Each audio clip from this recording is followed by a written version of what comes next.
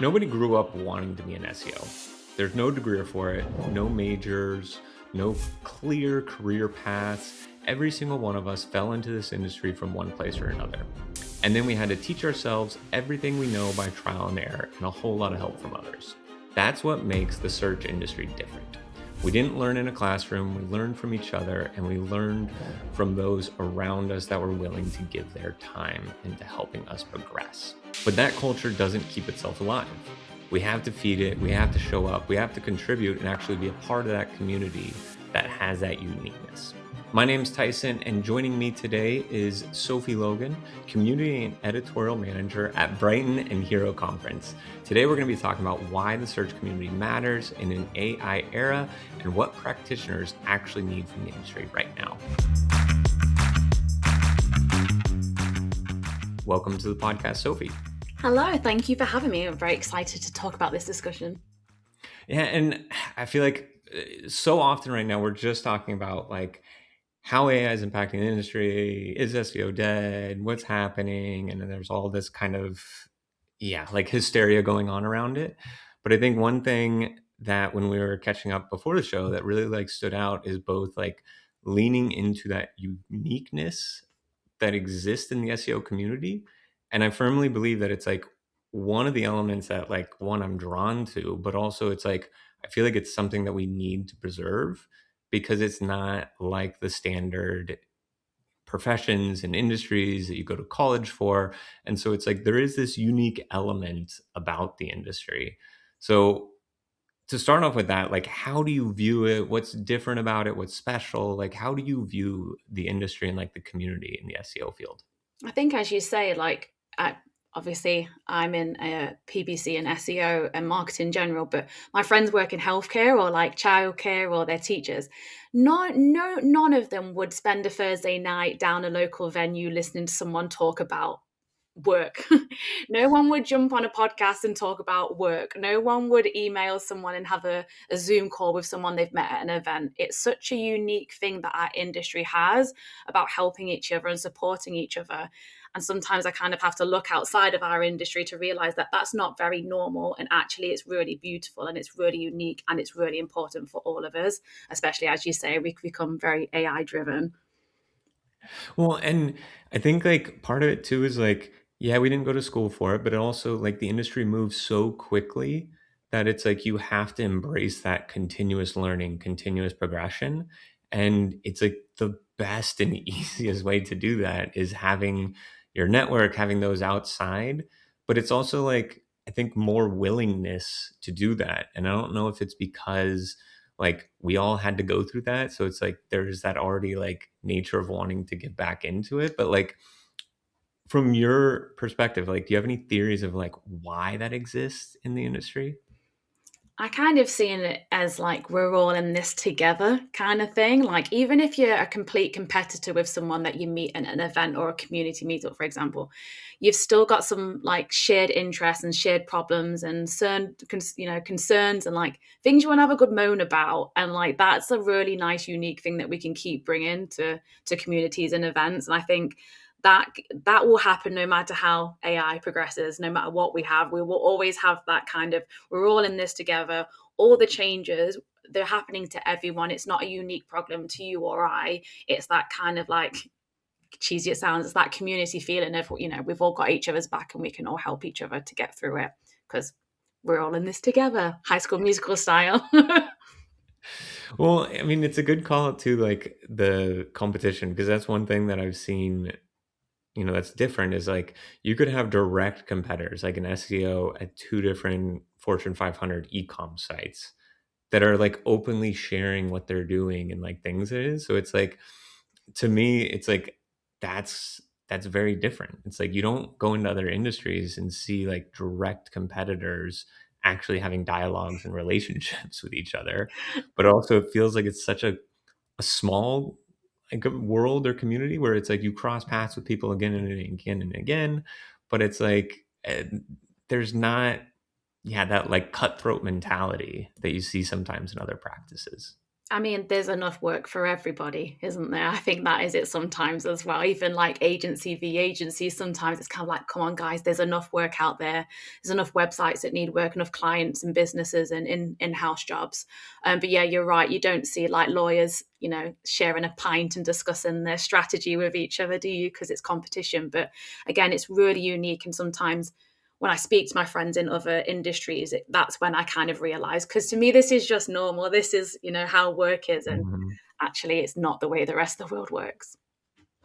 No, like right now in the industry too, there's like so much like resurgence, I think, of energy, especially in the like community and like live events, where maybe some of that was like coming out of like the pandemic where everyone was just like held back a little bit. But also, I feel like some of it is just the state of the industry right now. So, working, direct within Brighton SEO, like what are you feeling as far as like the shifts, as far as like the environment in those live events? I mean, I'm based in the UK. You may be able to tell by my accent. A big thing over here is that, like, a lot of us work from home now. So, back in the day when I started my job, we'd all, have lunch together and we'd chat about things and learn from each other, or literally look over the desk and help each other. I think as people remotely across the world, I mean, even teams across the world work together, I think they need that kind of people in person feeling, that Mhm. conversations, the showing each other, oh, look what I've done, grabbing the laptop, so looking at a screen. Like, AI, the internet, everything is great, but we still need that human connection when it comes to work. And I think after the pandemic and people working from home, I have many friends who work from lovely beaches abroad and stuff like that, which is lovely. But they still need that people side. They still need to sit with people that, like I said earlier, just get them and understand what they're talking about. And I think events do that really well, and you can do it in a bit more of a sociable way as well. Well, and maybe like let's dive into Brighton a little bit more because I feel like when Brighton came onto the scene, it felt like some of the events had gotten a bit stagnant, where it was like there was still good attendance, but it felt just more of kind of repetitions. And I think it was feeling, at least to me, like that you'd go to an event, you felt like you'd been to it already. Yeah.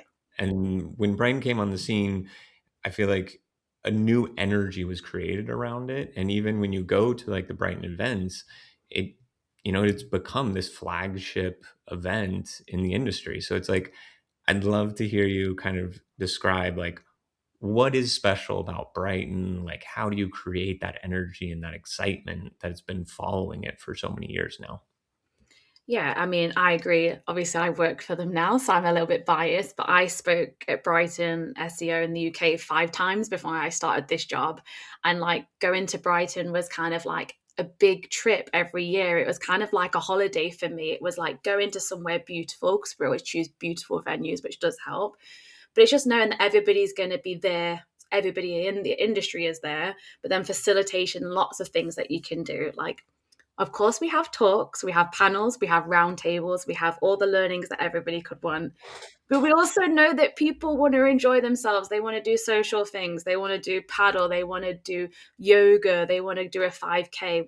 We try and embrace that and kind of make it not just a learning experience, but a social side, a networking side, and just allow people to have a little bit of a break from normality and sitting in a room or in an office and have a little bit of fun. So it's really great to hear that, like, you feel that way in terms of that vibe that we're trying to bring. But just as a side note, when we came over to the US, Kelvin wasn't sure if our kind of British style of events and some of the quirkiness that we would have would reflect well over in the US. So I think he's really proud of, really happy that moving to the US and bringing Brighton SEO over has been a success and people are enjoying it. Well, I feel like that character fits really well with the industry. And to me, it's like we all fell into SEO. So it is like also by nature kind of quirky and weird. And it's like in some ways it's like a very like nerdy discipline, but at the same time, like it's not that traditional like engineering style. Like there's a little more, I think, I mean, I hate to say this for the engineers listening, but a little more personality to it. So you have this like almost like conflict of being like really analytical and kind of like introvert, but then also like a little quirky, a little weird, a little unconventional. So to me, like that nature and that character actually just resonates with SEO across, the US and EU, APAC, like all the way around, because it feels like there is a unique mix of this like introvert extrovert in the industry. I mean, I'm biased, but I think anybody that works in the search industry is just kind of like a little bit more fun and quirky. Like you said, there's like a real uniqueness to the community, which I think we try and make sure that we cater to at the events. And the history of the event, like it started back in a pub, in a room above it, in a pub that Kelvin started many years ago. That kind of personality has kind of stuck. So we are very proud of not becoming something too different and kind of keeping that heart and just keep building size wise, but we're still that kind of fun and quirky team from the UK. And so, I mean, if I'm sure people are familiar with it, but so you have one event in the US in San Diego coming up in September, and then you have two events in the UK. Do you like when you're going into these different events, like, do you have specific goals that you're looking to, like, hey, this one we want to focus on this aspect? Or like, are you thinking about differentiating between the two? Like, how do you approach like the different events and how you make that experience? So UK and US are slightly different because we do have two here in the UK. So in our spring edition in the UK, we have Brighton SEO, so SEO and PR, and we also have HeroConf at the same time, so the PPC side. So that's our spring. Whereas in October we have SEO and MeasureFest, so that's more the analytical side of it. However, when we're in the US, we're trying to get all of those three kind of areas together. So it's kind of like all in one.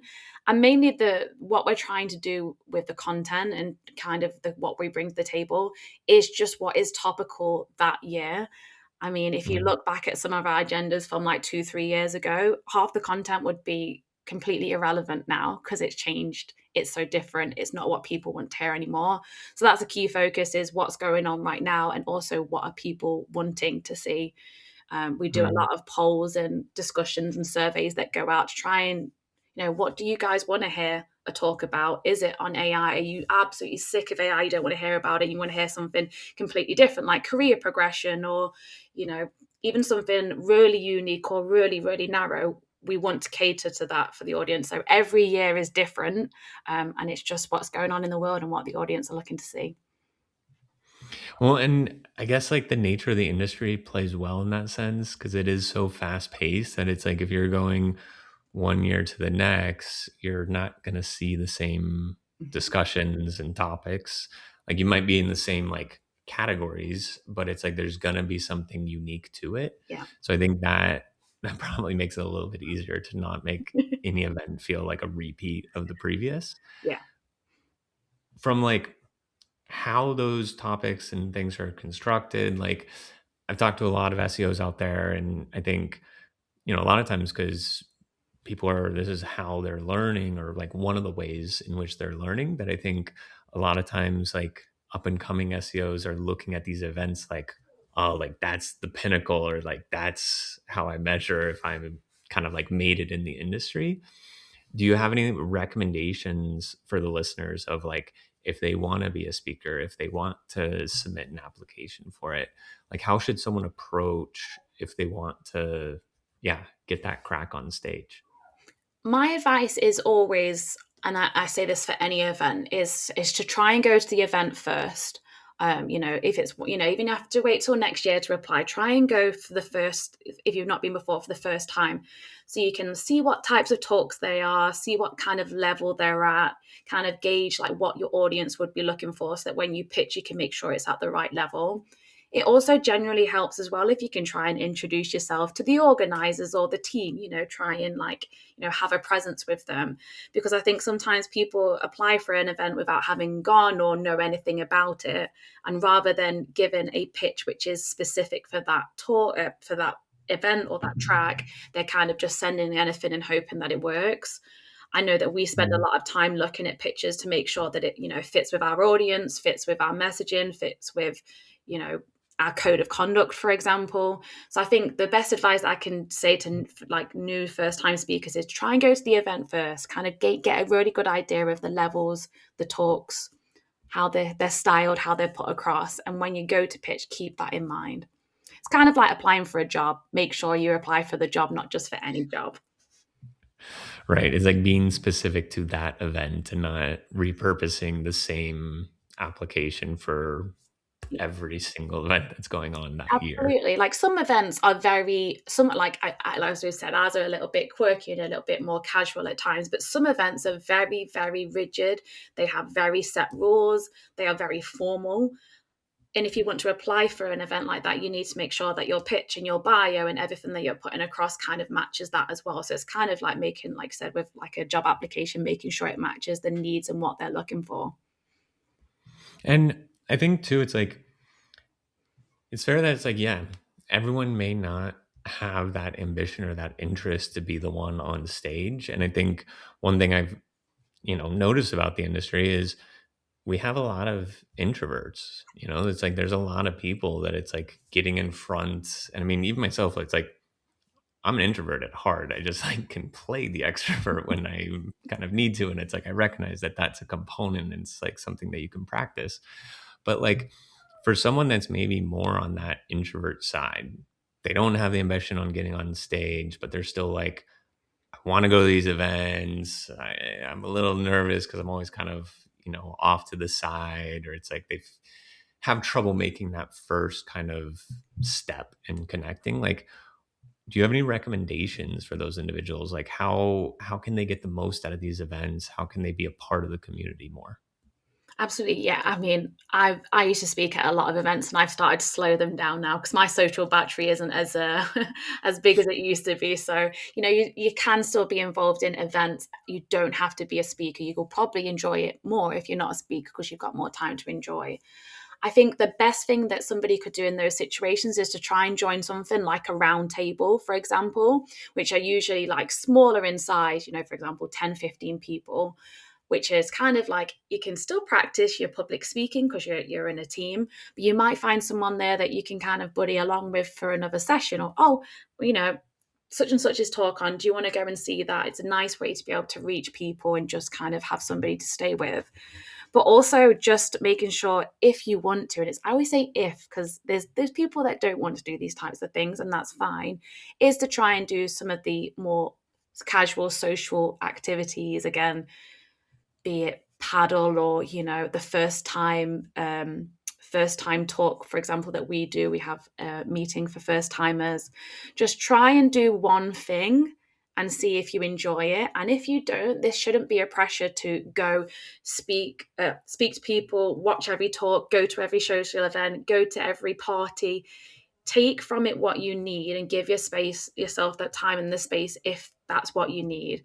I mean, I come home after every event that I go to and I just shut the curtains and I need just time for myself, and I'm a very extroverted person. So I think it's taking that pressure off yourself, take what you need from it, and don't feel the pressure to do absolutely everything because you will exhaust yourself and you won't enjoy it. It's like it reminds me of almost like how I give recommendations for people like traveling or going on like a big trip for the first time. Yeah, Or it's like, yeah, first time you visit a new country or a new city, even you're not going to see the entire place. So it's like, don't try to kill yourself or stress yourself on hitting every single site and activity and things. But I think that advice of just like giving it a try, make your selection, but then also be honest with yourself of like, yeah, it's also okay. Like you're not, there's no way you guys have so much going on in these events that there's no way you're going to participate or be a part of all of it. So might as well just make the most of the things that you feel that you can kind of connect with. absolutely. Like after our UK event in April, I came home and I was like, there was so much stuff that I didn't get to do. I was like, there was a craft table and there was a sponsors, game that I didn't get to do. Like I missed out on so much stuff. But again, it's just kind of you can't do everything. You have to be selective and just listen to your body and listen to your mind. If you've had enough, then you've had enough. So just come away, go back to your hotel, have a nap, have a little cheeky nap, or miss a few talks and go for a walk and get some fresh air. It's Yes, they are very sociable events if you want them to be, but also if you want to keep yourself to yourselves, then that's absolutely fine. I do that sometimes at events. I like to just stay at the back and just avoid people. Well, also like the location's so great for both of them, where it's like, I mean, a few times, like, I mean, both in the UK event as well as San Diego, and sometimes just grab people that I was like meaning to catch up with and be like, hey, let's let's go on a walk and just leave the venue. You have the ocean or the bay on the other side of the event. So it's like beautiful setting to just get out, get a little fresh air. You can still have that networking opportunity, and then you can come back and then have that, like, I don't know, more energy for the rest of the day. Yeah, I think I mean, like you said, it's like in life, you just need to pace yourself and just, again, take from it what you need. If there's a whole track of talks and you're kind of like, well, there's not really anything I want to see at 11 o'clock, for example, then don't feel the pressure that you have to sit there and listen to a talk that you have no interest in. Like, take yourself away, go get a nice lunch, have a longer lunch, grab a cup of tea from the UK, and just kind of give yourself that time. Something I'm trying to do at events as well, so that you can really enjoy it rather than just feeling like you're trying to shove everything in one day. Excellent advice.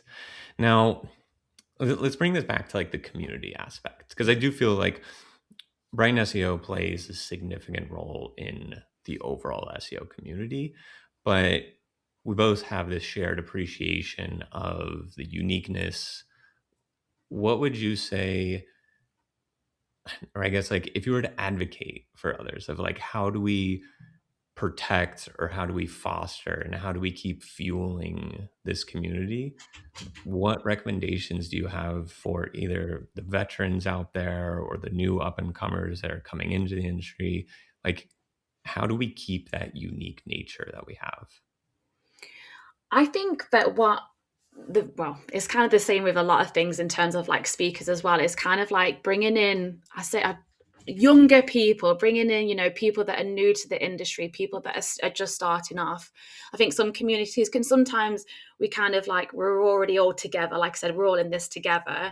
And sometimes we forget about the fact that one day, many years ago, we were on the outskirts. We weren't quite yet in a community. We quite that didn't have our crowd. I think the really thing that we can keep doing to keep building communities and keep being what we are and growing is to make sure that we're working with unis, for examples, or colleges or schools, and trying to foster that kind of like new generation of us that are going to come in, because that's what people did for us years ago and brought us in. And I think it's making sure that we're doing that for others.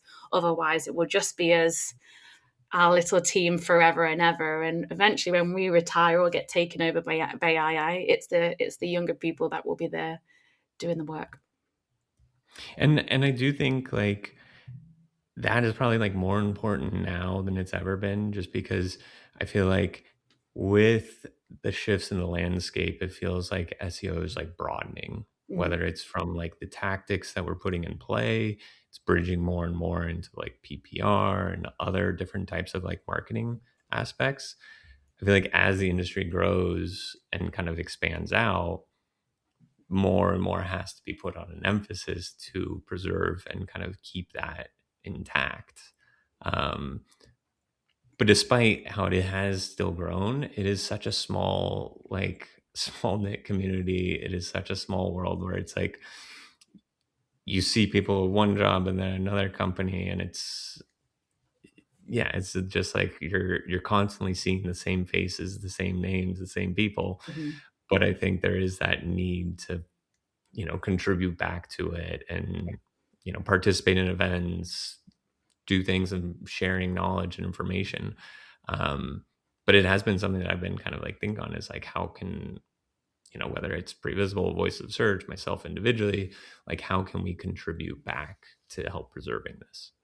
Yeah, I feel like, I say it all the time, like I wouldn't have literally this job had I not, all the support and the love and, everything that I've had from the communities over the years. That's what's got me in this role. So I think, it's kind of like, what can you do and give back? Is it, like I said, attend an event? It could even just be something as small as commenting on someone's LinkedIn post about a blog that you've done. Like just supporting other people doesn't have to be a huge gesture. It can be something small. And I think if more of us kind of make sure that we're doing that type of thing, our communities will grow, but they'll just be stronger and we'll be closer. So yeah, it doesn't have to be going to an event or doing something huge or setting up your own podcast. It could be something small, even at the end of someone's talk. Go up to them and be like, oh, I loved your talk. I'd love to connect with you. I'd love to ask you another question. Like, from that, you could build a friend for life, a future business partner. You really don't know. So yeah, I think those little steps that people do can really keep us going and keep us being the amazing community that we are. And I think it's something that I found really like firsthand, in the sense of when I first got into SEO, I was at a company that no one else was doing SEO. So I was completely isolated. I didn't have any other friends in the industry.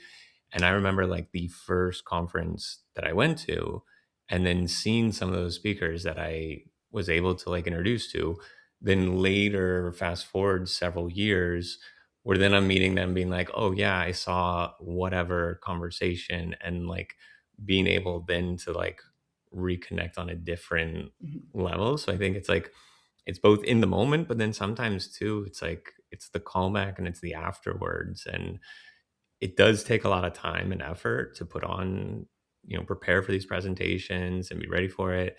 So, like you said, just coming out and being like, "Hey, I really appreciated it. That was great." It's like, as a speaker, I love that. Like, it makes you feel like, cool, it was worth it.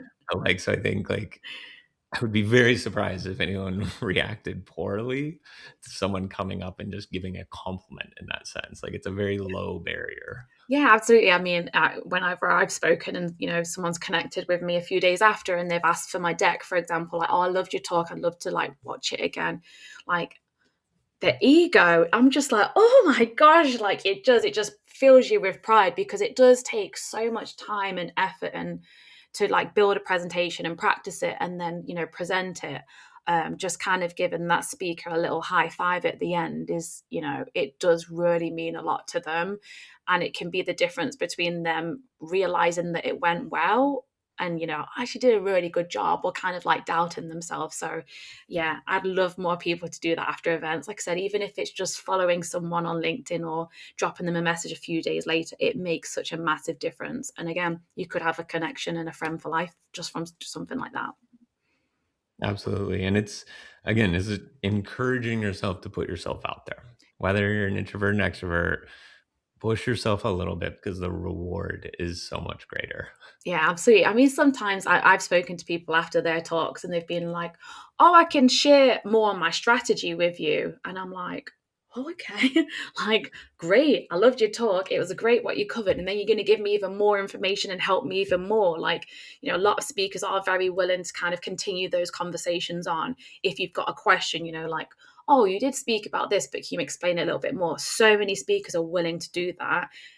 Forget the community side alone, you could actually really help yourself by, building those relationships and having more information and conversations with them. Well, and I think so. Something I'd like to get into too is like, we've given the kudos and the flowers to like the things that we like about the industry. What gives you the most concern right now at the state of the industry or the state of the community right now? Like, what areas give you caution, or you're like, that's something that we're going to have to overcome as a collective? I am noticing a lot of people like myself, for example, I got into search marketing 12 years ago, is the realization is that the job we signed up for doesn't exist anymore. I feel like for a lot of people, that's quite hard to deal with. That's kind of hard to kind of, you know, not move on from, but kind of work out where to go next. I feel like a lot of people in the community are kind of having those questions of like, gosh, this is not what I signed up for, all this AI and automation. And it didn't exist like 10, 12 years ago in the way that it does. So I think that's something that as a community we need to be careful of. If people want to move on into different careers, that's absolutely amazing. But just make sure that we're kind of supporting those people who are a little bit like feeling a little bit lost and a little bit, unsure on what they want to do and how they want to progress.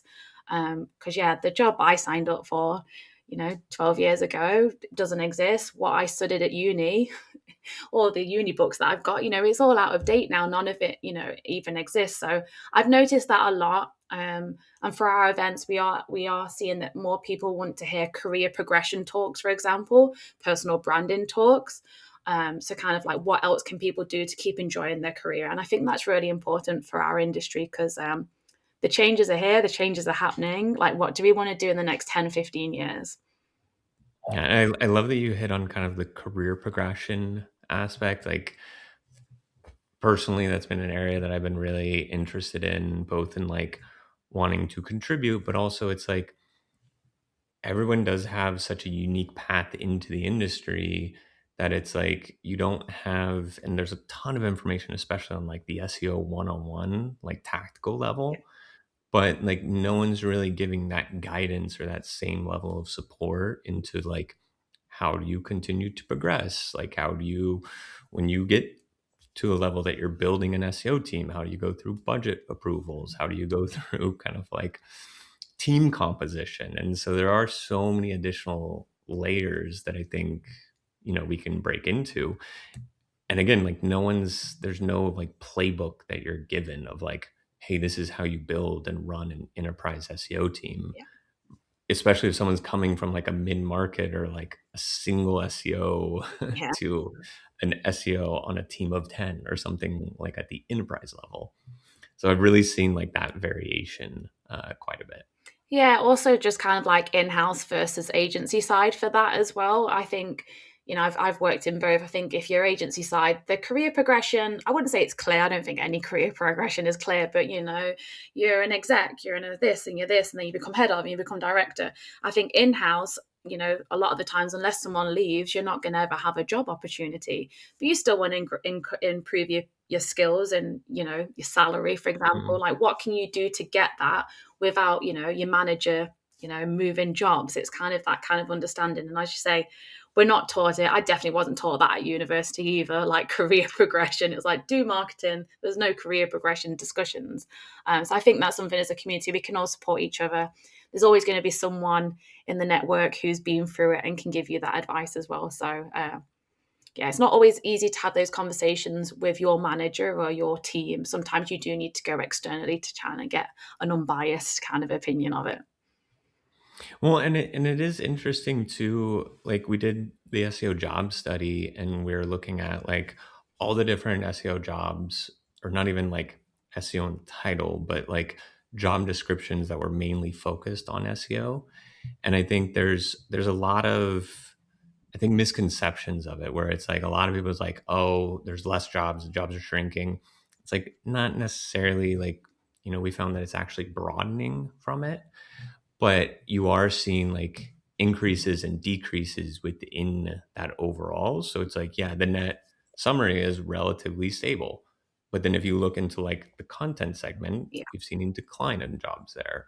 If you look at the like enterprise, and there's been an increase in those like director and above type roles. So it's like it's much more complex than it's shrinking, it's growing.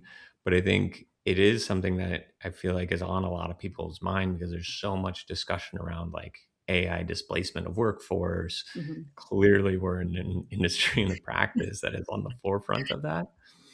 But it's like at the same time, yeah, like there is a lot of concern when I talk to individuals of like, what is the future career opportunities for me? Like, is this going to be a viable path or should I look elsewhere? Like, from your side personally, like, given that question of like, should someone get into SEO today? Like, what's your prefer or what's your stance on it?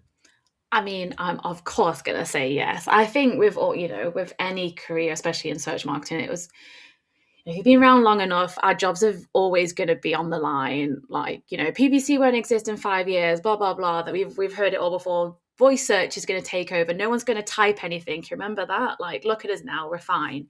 I think nowadays it is more of that kind of like building on your strategic side, Mhm. because we've got so much automation going on. It's less of that manual nitty gritty stuff and a bit more of the strategic side, stakeholder management. Oh, that could be a full time job trying to keep your stakeholders happy, right?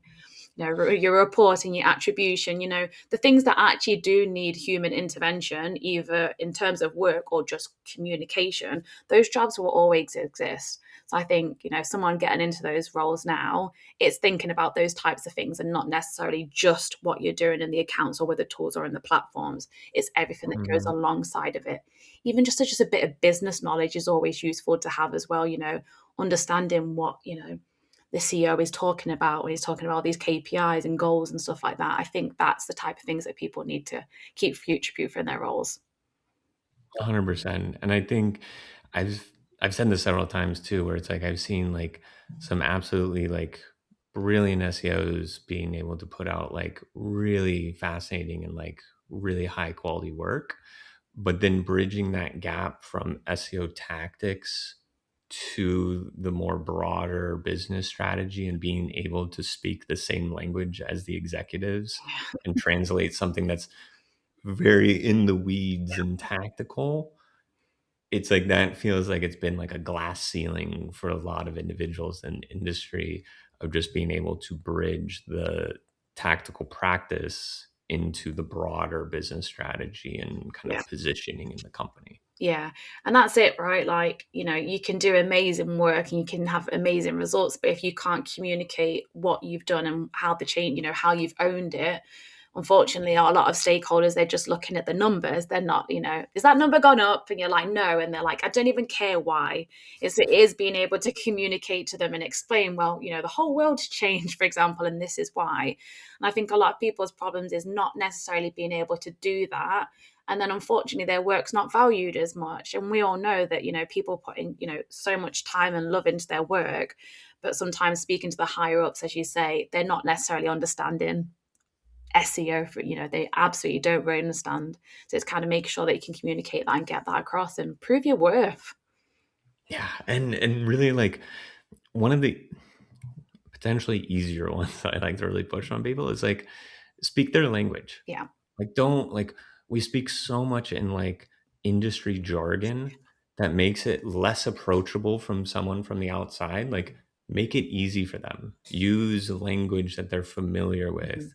Like if you know that they've been hearing about and like too, I always tell like SEOs like look at how other like counterparts are speaking and reporting on their stuff and draft off similar language. Yeah. Like we don't have to always introduce something new and yes, we are different, we are special, but it's like that's not going to win you any points on getting other people on your side. So it's like you do have to make like it very approachable from someone to the outside Mhm.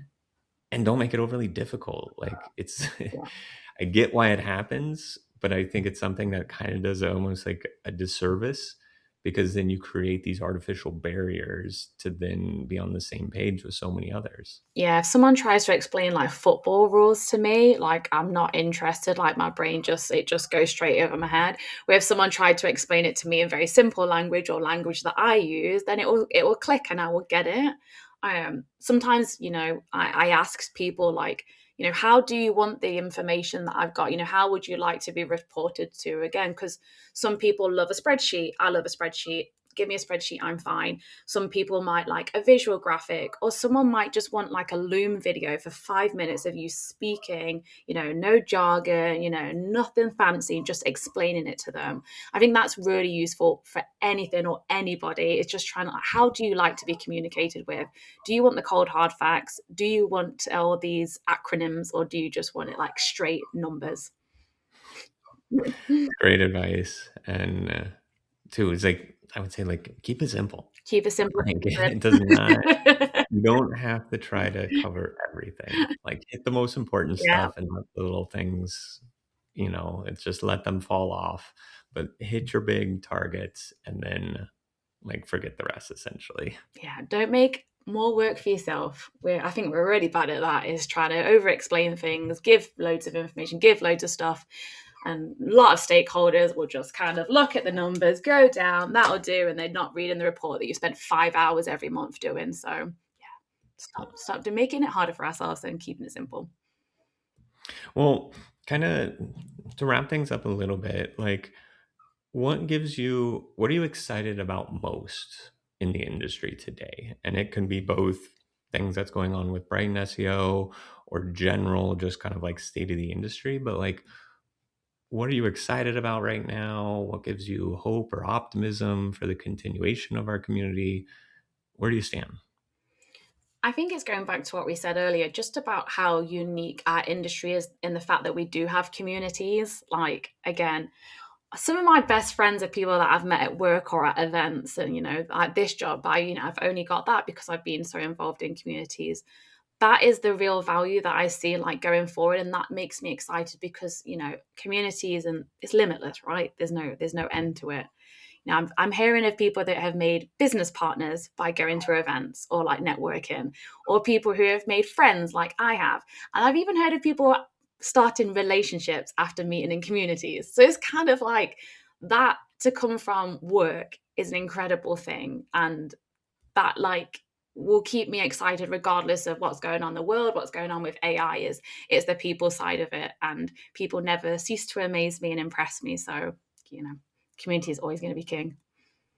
Absolutely. And maybe like an anecdote. And actually, so I've been to the Brighton SEO in the UK one time, and we actually, our last hire at Previsible is someone that I met at the event like a year ago.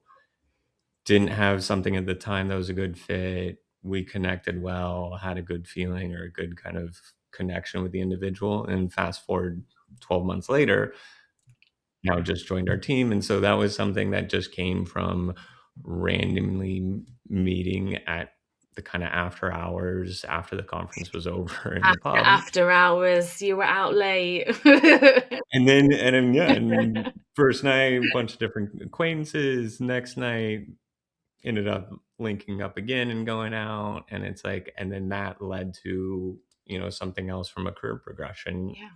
very, very far later from it. Yeah, I know it's like cheesy to say it's not what you know, it's who you know.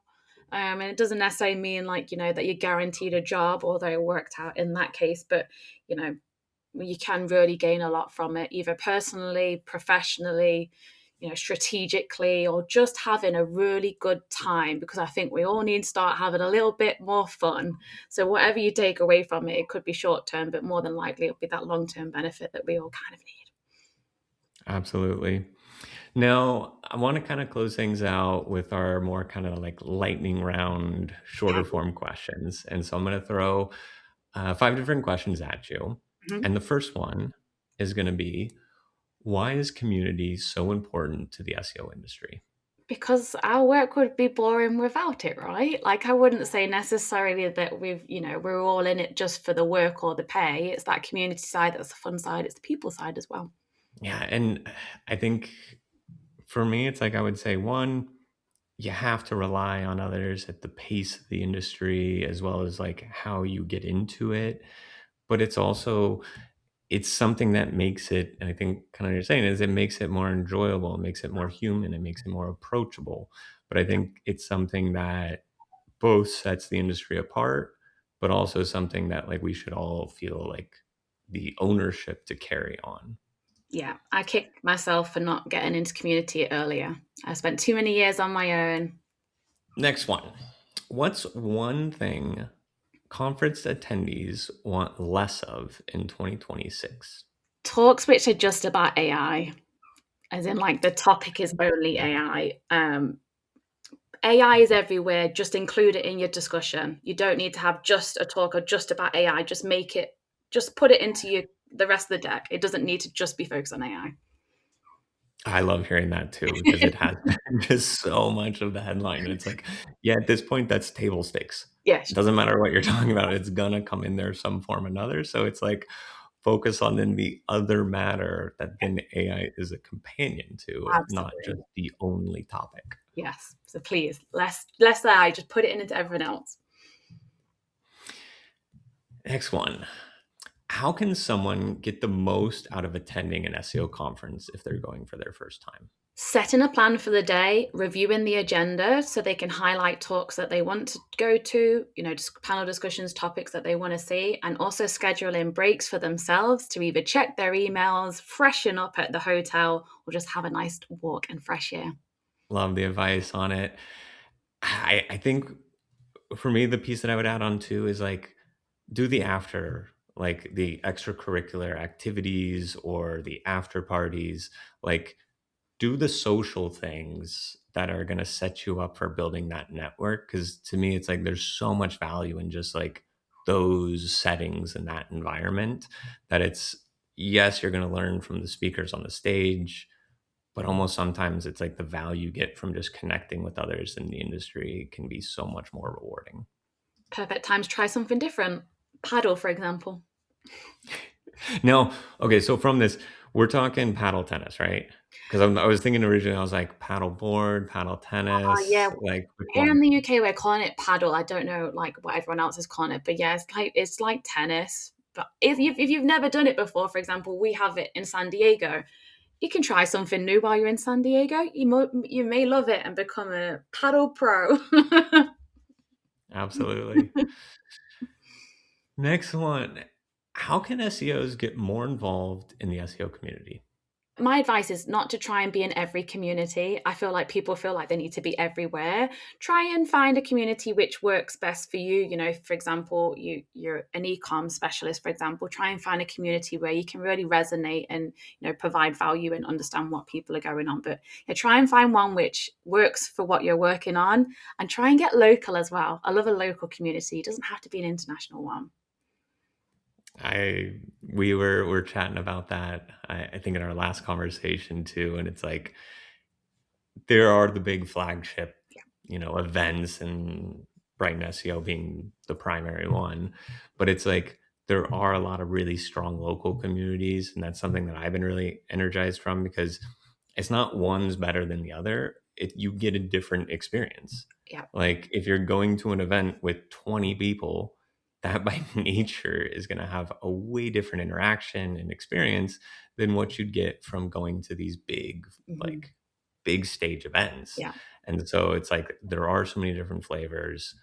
It's not one versus another. It's more of like offering a different experience. Yeah. Have a mix. Final question I have. What's one thing the search industry needs more of right now? Ooh, definitely more female and non-binary speakers. Um, I work on the agendas for our events, and I know there are so many amazing people out there with great insights to share, but they're not necessarily pitching to speak at events, which means then we can't ask them to speak at our event. If the supply isn't there, then we can't have it. So I think we really need to better demonstrate what our industry is and the diversity that we have, and we need to see that on the stage. We need to see it on LinkedIn. We need to see it in blogs. So yeah, just kind of expanding that would be amazing in 2026 and beyond. That's a great call out. And I think, I guess, something to add like optimism towards that. I feel like Women in Tech SEO has been such a good example Yeah. of like a community group. Like it has been super impressive to see how that has grown and like just also the genuine excitement around it. Yeah. Like you see it on LinkedIn, you hear it when you talk to people about it. Hmm. But I think like that type really, hopefully is giving a push to those other groups in the space, which do have a tendency of being pretty homogenous. Yeah. So I think that's a great call out. Yeah. New speakers, everybody just want to hear more voices, different people's perspectives, be challenged. We need to reflect our industry.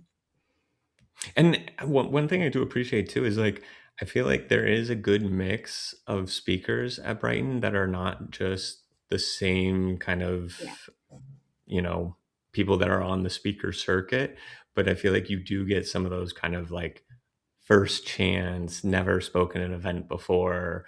So that has been cool to see too, of a mix of both like the big name speakers, but also kind of like the up and coming and people that are getting on stage for the first time. Everybody needs their first break, right? Absolutely. Well, that's going to wrap up this episode of the Voice of Search podcast. Thanks again to Sophie Logan, community and editorial manager at SEO Brighton and Hero Conference for joining us. If you'd like to contact Sophie, you can find a link to her LinkedIn profile in the show notes, or you can check out her company's website at brightonseo.com. And also, I want to mention that we have a special discount offer for the listeners that are attending or thinking about going to Brighton SEO Conference in September. Our listeners can get 20% off their tickets using the code VOICE20, and then check out the link in the show notes, which will take you right over to the Brighton page to get your tickets. And we hope to see you at the event in September. That's all for today. Thanks for stopping by Voice of Search Podcast, and we'll see you in the next episode.